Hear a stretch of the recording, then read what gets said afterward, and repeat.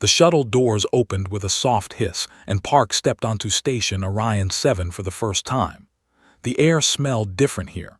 It was clean and cold, filtered through machines that had run for thousands of years. She carried only a small bag over her shoulder. Everything she needed was inside it. Everything she owned fit in that one bag. The station was massive. Had seen pictures during her training on Earth, but pictures could not capture the real thing. The ceiling stretched so high that clouds formed near the top. Buildings made of crystal and metal rose like mountains. Creatures of every shape and color walked past her. Some had wings. Some had too many legs. Some floated without touching the ground at all. Nobody looked at her twice. She was just another student arriving for the new term at the Galactic Academy, but knew that would change soon. Humans were still new to all of this. Earth had only joined the galactic community 50 years ago. To species that had traveled between stars for 10,000 years, humans were like children who had just learned to walk. She followed the signs to the main academic building. Her acceptance letter had been very specific about where to go. Room 447, Advanced Xenobiology. It was one of the hardest programs in the known galaxy. Only the best students from each species were allowed to apply. Had worked for 5 years just to get her name on the list. The hallways grew quieter as she walked deeper into the building. The other students she passed were taller than her. Most aliens were. A group of clicked their mandibles as she walked by. They were insect-like creatures, nearly 3 meters tall, with 4 arms and eyes that saw in every direction. They did not try to hide their stares. Kept walking. She found room 447 at the end of a long corridor. The door was already open. Inside, she could see rows of seats arranged in a half circle, rising up like stairs in a theater. Most of the seats were already filled. The students turned to look at her as she entered. The whispers started immediately. "Is that a human?" someone asked. The voice came from a being made of soft light and energy. Its form flickered with confusion. "It cannot be," another voice answered. This one belonged to a large reptilian creature with green scales and sharp teeth. Humans are not intelligent enough for this program. Walked down the center aisle toward the empty seats in the back. She could feel every eye on her. She kept her face calm and her back straight. She had been prepared for this. Her instructors on Earth had warned her about what to expect. "This is the Advanced Xenobiology program," the said loudly. He wanted everyone to hear. "Perhaps the human is lost. Perhaps she is looking for the cleaning staff." Some of the students laughed. The clicked in amusement, the flickered brighter. Found a seat in the back row and sat down. She placed her bag under her chair and folded her hands in her lap. Her right sleeve covered the tattoo on her hand. She made sure it stayed hidden. The main door opened again and the room fell silent. An elder walked in. He was older than the students, his shell darker and cracked with age. His 4 eyes swept across the room before settling on. He stared at her for a long moment. "I am instructor," he said. His voice was deep and carried easily through the room. "I have taught this program for 300 years. I have seen students from every corner of the galaxy. Some have succeeded. Many have failed." He walked to the center of the room, his 4 legs moving in perfect rhythm. "This term we have a special addition to our class," continued. He gestured toward with one of his arms. "A human. The Galactic Council has granted Earth a trial seat in our program. Let us hope she does not embarrass her species too badly." More laughter did not react. Began his lecture. He spoke about the history of life in the galaxy. He talked about the first species to travel between stars. He listed the great achievements of the. He did not mention Earth once. Took notes, she wrote down everything. She did not raise her hand. She did not ask questions. She simply listened and learned. After 2 hours ended the lecture. Students began to gather their things and leave. Stayed in her seat, waiting for the crowd to thin. The who had mocked her earlier walked up the aisle toward her. He was even bigger up close. His scales gleamed under the lights, and his yellow eyes narrowed as he looked down at her. "My name is," he said. "My family has produced warriors for 10,000 years. My grandfather killed a void serpent with his bare claws." He leaned closer. "What has your family done, human?" Looked up at him, her face showed nothing. "We survived," she said. Laughed. It was a harsh sound like rocks grinding together. "Survived? That is your great achievement. Every species survives. Even the lowest creatures survive." "Not every species survives what we have survived," said quietly. His eyes narrowed. He did not understand her words. He decided she was being stupid and turned away. "Stay out of my way, human. You do not belong here." He walked out of the room. The other students followed. Soon was alone. She sat in the empty room for a long time. The lights dimmed automatically, sensing that no one was moving. Did not mind the darkness. She was used to it. Her right hand moved to her left sleeve. She pulled the fabric back slightly, revealing the edge of her tattoo. It was a simple design, a triangle cut by a blade, a serpent wrapped around both. Her grandmother had given it to her on her 18th birthday. The ink had been made the old way, with ash and blood. "You will face many who doubt you," her grandmother had said that night. "You will face many who hate you. Let them. Words are wind. Actions are stone. Show them what you are when the time comes." Covered the tattoo again. She picked up her bag and left the room. The hallway outside was empty. She walked toward the student housing area. She had been assigned a small room on the lower levels, far from the luxury apartments where the students lived. She did not mind. She had slept in worse places. As she walked, she passed a window that looked out into space. Stars filled the darkness like scattered diamonds. Somewhere out there was Earth. Somewhere out there was her home. She stopped and looked at the stars for a moment. "I will make you proud, grandmother," she whispered. Then she continued walking, alone in the vast station, surrounded by creatures who thought she was nothing. They would learn. They would all learn. 3 weeks passed at the Galactic Academy, attended every class. She completed every assignment. She studied late into the night while other students slept. Her grades were good, but it did not matter.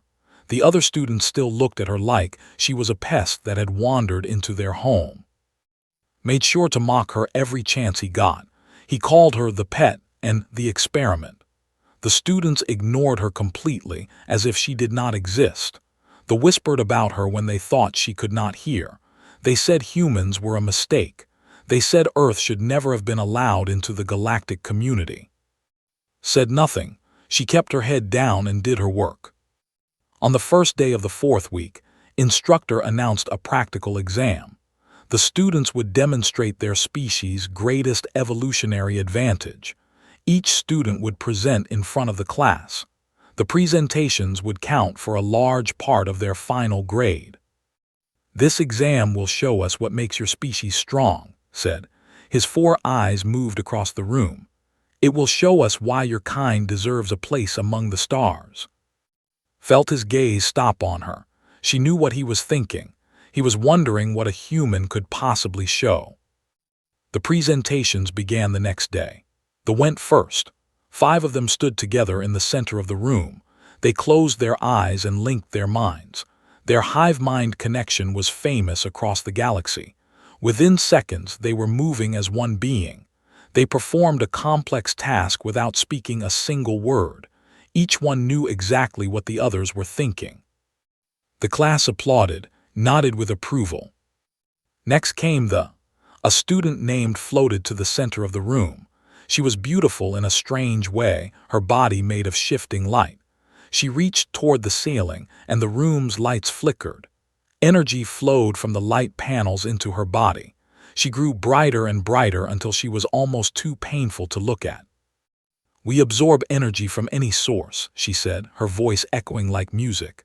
"We never tire, we never hunger, we are eternal."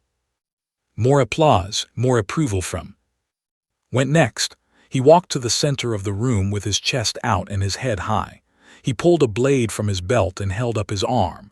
Without hesitation, he cut a deep gash across his scales. Green blood flowed for a moment. Then it stopped. The wound began to close. Within 30 seconds, the cut was gone completely. Not even a scar remained. Regeneration, said proudly. We cannot be killed easily. We heal from any wound. Our enemies learn to fear us. The applause for him was the loudest yet. Smiled, showing all of his teeth. More students presented. The showed their ability to see heat through walls. The demonstrated their poison glands.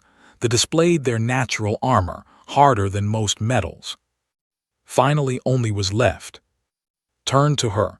The amusement in his eyes was clear. And now, our human student, please come forward and show us what your species offers. Stood up slowly. She walked down the aisle to the center of the room. She could hear whispers and quiet laughter.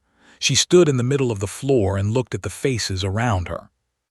Humans do not have hive minds, she began. Her voice was steady and calm. We cannot absorb energy. We do not regenerate quickly. We cannot see heat or produce poison. Our skin is soft. Our bones break easily. Laughed out loud. Then why are you here, human, to tell us how weak you are? Some of the other students joined his laughter, did nothing to stop them. Waited until the noise died down. We have something else, she continued. We have endurance. The laughter started again, but kept speaking. On Earth, our ancestors hunted by running. They would chase an animal for hours, sometimes days, until the animal collapsed from exhaustion. Most creatures cannot run for long. Their bodies overheat. They have to stop. But humans do not stop. We sweat to cool our bodies. We keep going long after others have given up. Running, said his voice full of scorn. Your great power is running away. Not away, said, after. She paused and looked around the room. Humans can survive almost anything. We have lived in deserts where the temperature reaches 60 degrees. We have lived in frozen lands where it drops to -50. We have survived diseases that killed millions of us. We have recovered from wounds that should have been fatal. We break our bones and they grow back stronger. We lose limbs and we learn to live without them. We face death and we keep fighting. The room was quieter now. Some of the students were listening. But our greatest advantage is not physical, continued. It is mental. When everything seems lost, when there is no hope, when all logic says we should surrender, we do not. We refuse to give up. We refuse to accept defeat. We will fight until our last breath, and even then, we will try to take our enemy with us. She stopped speaking. The room was silent. Then spoke. His voice was cold. Interesting stories, he said. But stories are not proof. Running and sweating and refusing to die are not true evolutionary advantages. They are survival tricks, the kind that primitive species develop before they learn real power. The tension broke. Students began to laugh again, slapped his tail against the floor in amusement. Thank you for your presentation, said, dismissing her with a wave. You may return to your seat. Walked back to her seat in the back row. Her face showed nothing, but her hands were tight fists beneath her sleeves. Above the lecture hall in an observation room, a young man watched through the glass. His name was Doha. He was the son of Earth's ambassador to Station Orion 7. He had been watching all the presentations, but he was most interested in. He knew things about her that the aliens did not. He knew where she had trained before coming here. He knew what she had done to earn her place. He knew about the tattoo on her hand and what it meant. Doha watched as the class laughed at her. He watched as she sat down in silence. He saw her pull back her sleeve slightly and look at her hand. They have no idea, he whispered to himself. They have no idea what she is. Below, the class continued, assigned grades. He gave the lowest score of all the students. He said her presentation lacked substance. He said humans were not ready for advanced study. Said nothing. She packed her notes and left the room with the other students. caught up with her in the hallway. He blocked her path with his massive body. "Give up, human," he said. "Go home. You do not belong here. You will never belong here." Looked up at him. For just a moment something flickered in her eyes, something old, something dangerous. "Perhaps," she said quietly, "but I am not leaving." She walked around him and continued down the hallway. Watched her go, confused by what he had seen in her eyes. He had seen many things in his life. He had fought enemies and killed prey. He knew what fear looked like. He knew what anger looked like. But he had never seen what he saw in that human's eyes. It was patience, the patience of a hunter who knows that time is on her side. Shook off the feeling and walked away. She was just a human, she was nothing. But somewhere deep inside, a small voice told him he was wrong. The alarm came without warning. One moment the lecture hall was quiet. Instructor was explaining the biology of deep space creatures. Students were taking notes. Everything was normal. Then the lights turned red. A loud siren filled the air. Emergency messages appeared on every screen in the room. Containment breach. Level 7 threat. All students seek shelter immediately. Stopped speaking. His 4 eyes widened with something he had never seen before. Fear. "Everyone stay calm," he said, but his voice was shaking. "Move toward the emergency exits. Do not run, do not." The door at the far end of the room exploded inward. Something came through the opening. It was fast. It was huge. It was wrong. The creature looked like it was made of nightmares. Its body was long and thin, covered in black skin that seemed to absorb the light around it. It had 6 legs that ended in curved claws. Its head was flat and eyeless but filled with rows of teeth that never stopped moving. It made no sound. That was the worst part. It killed in complete silence. Knew what it was. She had read about it in her studies. It was called they lived in the empty spaces between stars. They were one of the most dangerous creatures in the known galaxy. They could kill a fully armed soldier in seconds. They had destroyed entire colonies before being stopped. They moved into the room. It scanned the students with senses that did not need eyes. It was hunting. It was hungry. Chaos erupted. The students tried to link their minds, but their fear was too strong. Their hive connection shattered. They screamed and ran in different directions, crashing into each other. They flickered wildly, their light forms unstable with panic. They tried to flee toward the walls, toward any source of energy they could hide in. The students roared and reached for weapons they did not have. This was a classroom, not a battlefield. They had no blades, no guns, nothing. Grabbed a chair and threw it at the creature did not even slow down. It caught the chair with one claw and crushed it like paper. Ran for the emergency exit. He did not try to help his students.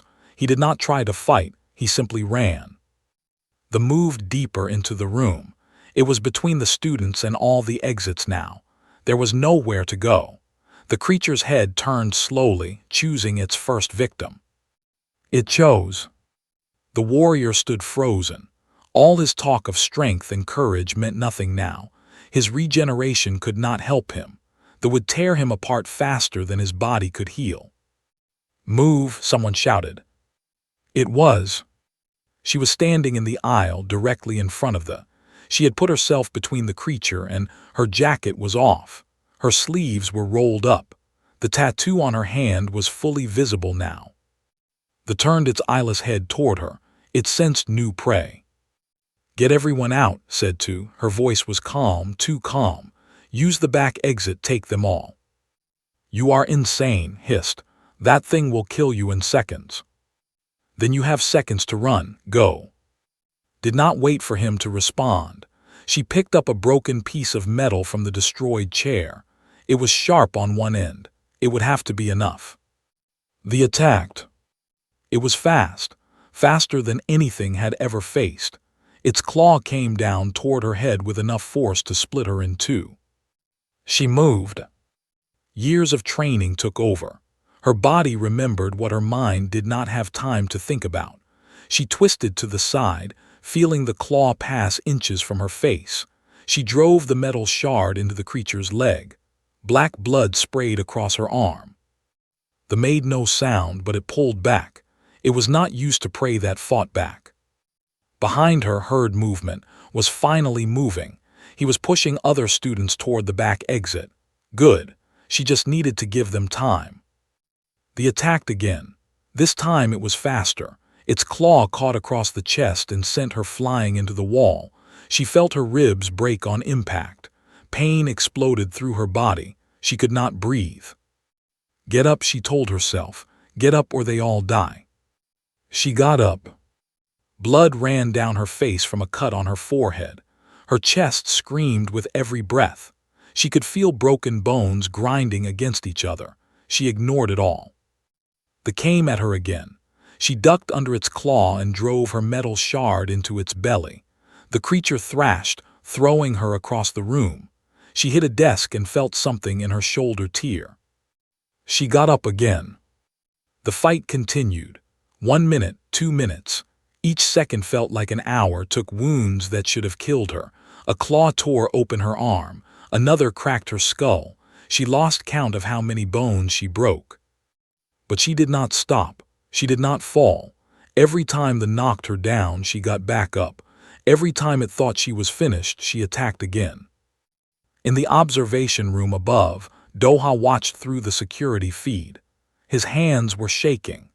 Station officials stood around him, screaming into communicators, trying to get security teams to the lecture hall. She is going to die, one official said. We need to send armed units now. They will not arrive in time, another responded. The breach has locked down the whole sector. Doha watched take another hit. She flew across the room and crashed into the instructor's podium. She did not move. No, he whispered. Get up, please get up. For a long moment, nothing happened. They approached her broken body. It opened its mouth, ready to feed. Then moved. She grabbed a longer piece of metal from the broken podium. Her left arm hung useless at her side. Her right eye was swollen shut. Blood covered every inch of her body, but she stood up. They hesitated. It did not understand. This prey should be dead. This prey should have stopped fighting long ago. Did not give it time to think. She charged. The creature swung at her, but she was already inside its reach. She drove the metal shard up through the bottom of its jaw, through its eyeless head, and out the top of its skull. The collapsed, fell beside it. The lecture hall was silent. The students who had not escaped stood frozen at the back exit. They stared at the small human lying in a pool of blood next to the dead monster. Pushed through the crowd, he walked slowly toward, his yellow eyes wide with shock. She was still breathing, barely. Her right hand was visible, resting on the floor. The tattoo was covered in blood, but he could see the design clearly now. A triangle, a blade, a serpent. "What are you?" he whispered. One good eye opened slightly. She looked at him. She tried to speak, but only blood came out. Then her eye closed, and she stopped moving. The security teams arrived 3 minutes later. They found the dead and the dying human. They rushed to the medical bay, not sure if they could save her. Behind them, the students stood in silence, all of them staring at the blood on the floor, all of them thinking the same thing. They had laughed at her. They had called her weak. They had said she did not belong. And she had just killed a creature that should have killed them all. The medical bay was quiet. Machines beeped softly, tracking his heartbeat. It was weak, but it was there. The doctors had worked for 8 hours to save her life. They had repaired broken bones, stitched torn flesh, and stopped the bleeding in her brain. They said it was a miracle she was alive. Outside the medical bay, a crowd had gathered. Students from every species stood in the hallway, waiting for news. Was at the front. He had not moved since they brought in. His yellow eyes were fixed on the door. Instructor arrived an hour after the surgery ended. He pushed through the crowd without speaking. His 4 eyes were troubled. He had spent the last several hours searching through old records. What he had found had shaken him badly. He entered the medical bay and walked to bed. She was covered in bandages. Tubes ran in and out of her body. Her face was swollen and bruised, but her right hand lay on top of the blanket and the tattoo was clearly visible. Stared at the mark for a long time. The triangle, the blade, the serpent. He had seen this symbol before, not in person but in ancient texts that most species had forgotten existed. "Impossible," he whispered. The door opened behind him. Doha walked in, followed by several station officials and an old archivist. The archivist moved slowly, her shell nearly white with age. She was one of the oldest living. She had been alive for over 2,000 years. "You requested the records," she said too. Her voice was dry and cracked. "I brought them myself. I needed to see if it was true." "What is true?" demanded from the doorway. He had followed them in. "What does that mark mean? Why do you all look like you have seen ghosts?" The old archivist turned to look at him. Her ancient eyes held no amusement. "Because we have," she said. "That mark belongs to the dead, to those who should have stayed forgotten." She moved to a display screen on the wall and connected a data device.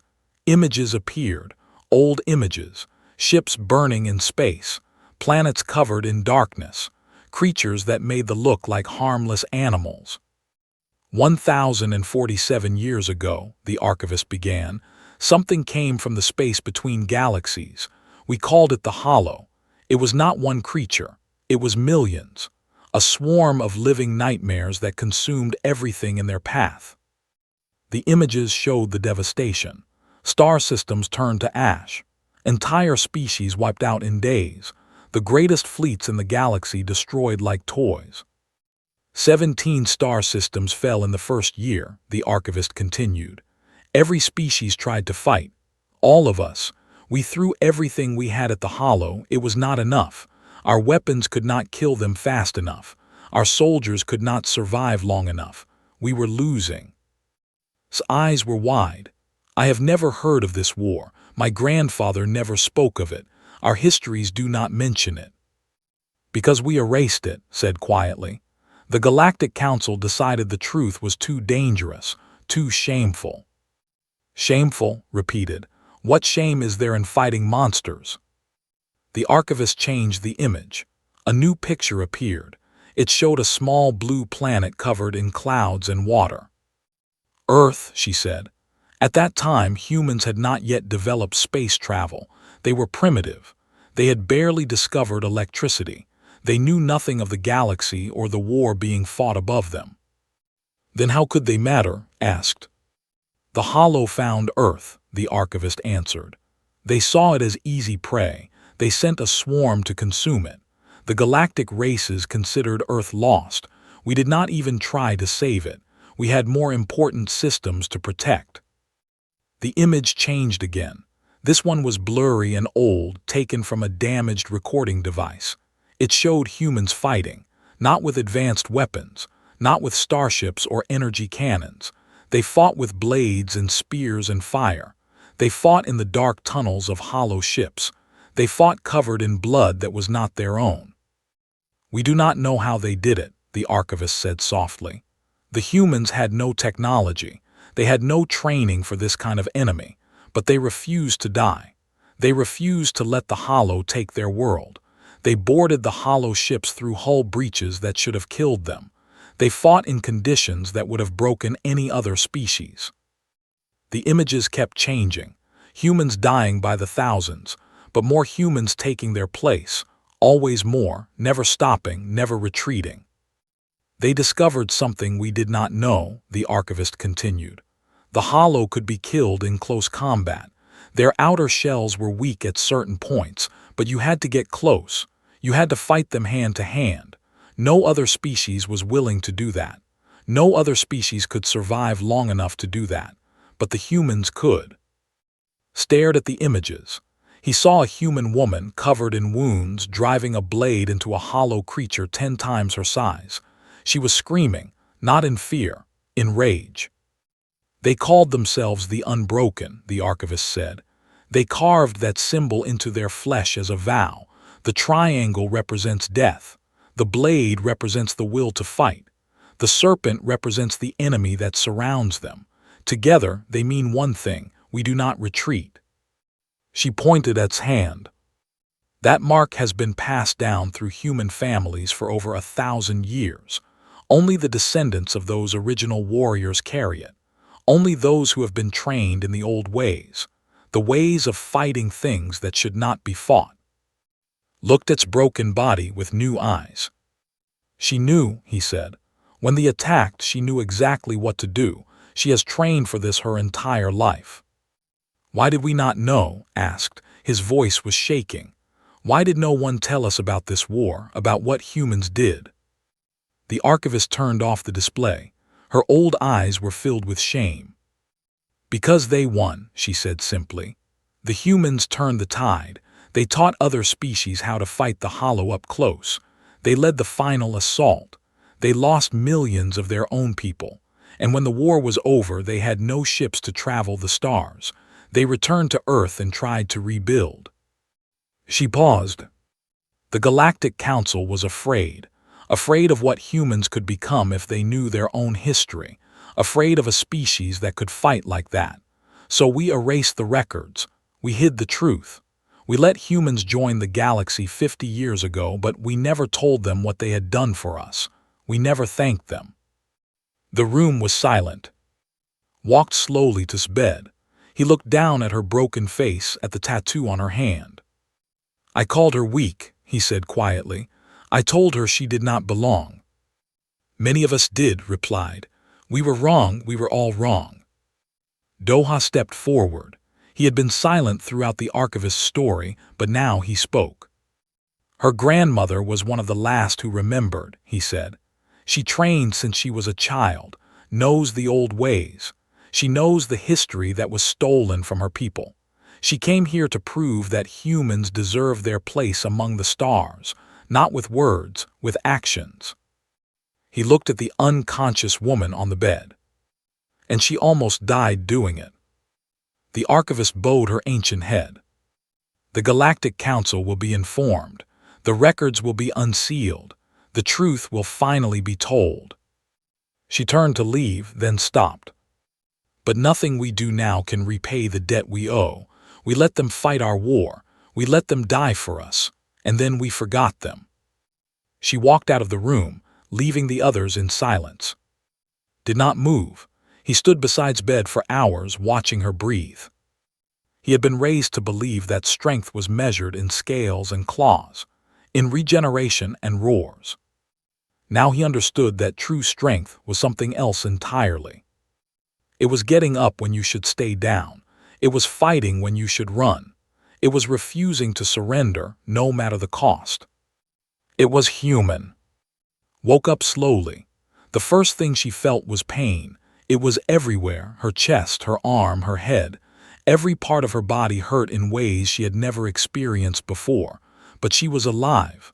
That was more than she had expected. The medical bay was bright. Machines surrounded her bed, making soft sounds. She tried to move and immediately regretted it. Her left arm was wrapped in a healing cast. Her ribs had been rebuilt with metal supports. The doctors had told her later that she had nearly died 3 times on the operating table. She turned her head slowly and saw someone sitting beside her bed. His yellow eyes were open, watching her. He looked different. The arrogance was gone from his face. Something else had taken its place. You are awake, he said.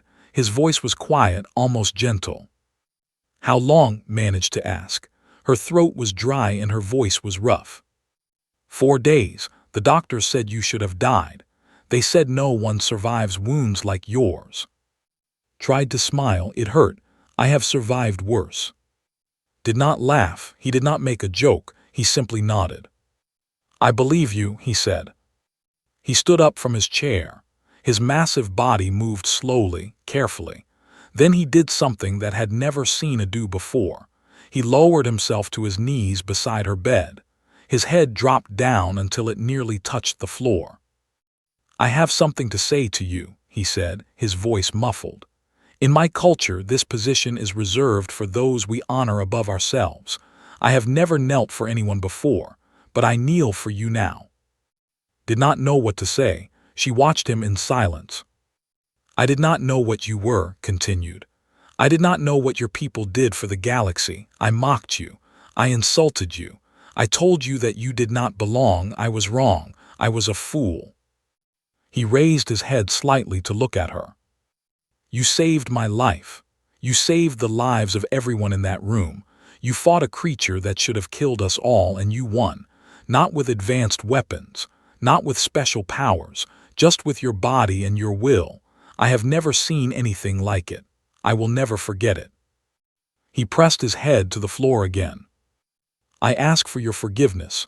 I do not deserve it, but I ask anyway." Looked at him for a long moment. This creature had made her life miserable for weeks. He had laughed at her. He had tried to make her leave. And now he was on his knees, begging for forgiveness. "Get up," she said. Raised his head, confusion in his eyes. "Get up," repeated. "Do not kneel, it does not suit you." He stood slowly. His eyes were uncertain. "There is nothing to forgive," continued. "You did not know. How could you? Your people erased the history. They hid the truth from everyone, including themselves. But I was cruel to you." "Yes, you were. But cruelty born from ignorance is different from cruelty born from hate. You did not hate me. You simply did not understand me." Was quiet for a moment, then he nodded. "I understand you now," he said. "Or at least I am beginning to. I would like to learn more, if you would teach me." Managed a small smile. "I would like that." Over the next few days, more visitors came. The sent a formal delegation. They presented with an ancient crystal that contained the thoughts and memories of their greatest warriors. It was one of the highest honors their species could give. "We failed your people once," the delegation leader said. "We will not fail them again. From this day forward, they recognize humans as equals in all things." They came as a group. When they entered the room, they dimmed their light until they were barely visible. Learned later that this was how showed respect for great warriors. To shine too brightly in their presence was considered an insult. "We glow with the memory of what you did," their speaker said. "Your courage will be spoken of in our songs for generations." Students from every species came to visit. Some apologized. Some simply wanted to see the human who had killed with a piece of metal. All of them left with new respect in their eyes. Instructor came on the 5th day. He stood at the foot of her bed, his 4 eyes looking anywhere but at her face. "I owe you an apology," he said stiffly. "I treated you unfairly. I underestimated you. I was wrong." "You were following what you knew," replied, "or what you thought you knew." Finally met her eyes. "I have taught for 300 years. I thought I understood which species were strong and which were weak. You have shown me that I know nothing." He reached into his robes and pulled out a small data chip. "Your new seat assignment," he said. "Front row center, the position of honor in my class. You have earned it." Took the chip but shook her head slightly. "Thank you, instructor, but I prefer the back row." Looked confused. "Why, the front is a great honor." "Old habit," said. "Where I was trained, we always kept our backs to the wall. It is hard to break." For the first time since she had known him, laughed. It was a strange sound, clicking and buzzing, but it was genuine. "As you wish, student. The back row remains yours." On the 7th day, was finally allowed to leave the medical bay. She walked slowly through the station, her body still healing. Doha walked beside her, ready to catch her if she fell. "The news has spread across the galaxy," he told her. "Everyone knows what happened. Everyone knows about the forgotten war. The Galactic Council has agreed to unseal all records. Humans are finally being recognized for what they did." Nodded but said nothing. "Are you not happy?" Doha asked. "This is what you wanted. This is what your grandmother wanted."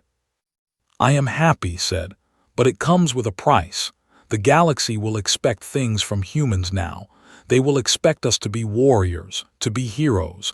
That is a heavy weight to carry." Doha considered this, and can we carry it? Stopped walking.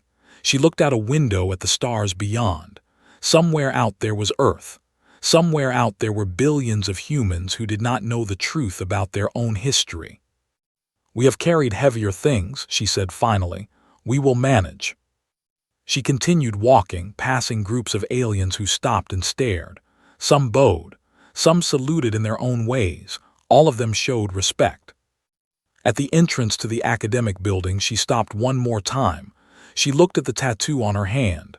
The triangle, the blade, the serpent. I kept my promise, grandmother, she whispered. I showed them what we are. She walked into the building, ready to return to her classes, ready to learn, ready to face whatever came next. Behind her, the galaxy watched. They had laughed at humanity once. They had forgotten what humans could do. They would never forget again. And somewhere in the deep spaces between stars, dark things stirred. They had been defeated once. They remembered the small creatures who had hurt them, the creatures who refused to die. One day the hollow might return. One day the galaxy might face darkness again. But when that day came, humanity would be ready. They would always be ready. Because humans do not retreat, humans do not surrender, humans do not stop. They are the unbroken. And they will never fall.